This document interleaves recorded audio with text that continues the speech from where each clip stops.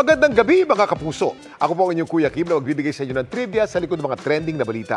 Malaking balita nitong mga nakaraang araw ang isang asteroid na posibleng tumama sa ating planeta. Ano na kaya ang latest update dito? Maraming naalarma kamakailan nang mapabalitang isang asteroid daw ang maaaring tumama sa ating planeta sa 2032. Ito ang asteroid 2024 YR4 na tinatayang nasa 130 hanggang 300 feet ang laki. Ito na nakaraang linggo, nasa 3.1% pa ang posibilidad na tumama ito sa ating planeta. Kung nagkataon, ang impact daw nito may hahalin tulad sa isang nuclear explosion. 500 beses din daw itong mas malakas kaysa sa Hiroshima bomb.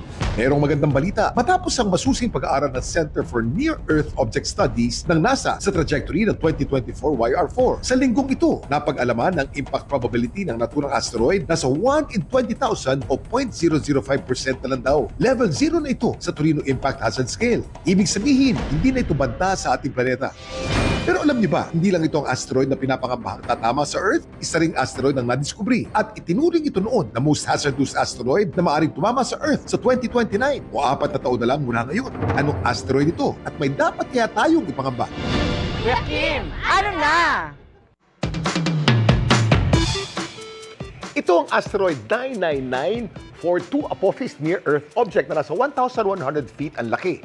Nang madiskubre ito taong 2004, tinuring itong isa sa most hazardous asteroid sa ating planeta. Maaari kasi itong tumama sa Earth sa 2029. Pero sa tulong ng isang radar campaign observation noong March 2021 at precise orbit analysis, napag-alaman ng mga eksperto ng Apophis gaya ng 2024 YR4, wala na ring risk na tumama sa Earth sa susunod na isang siglo. Thank you, Lord.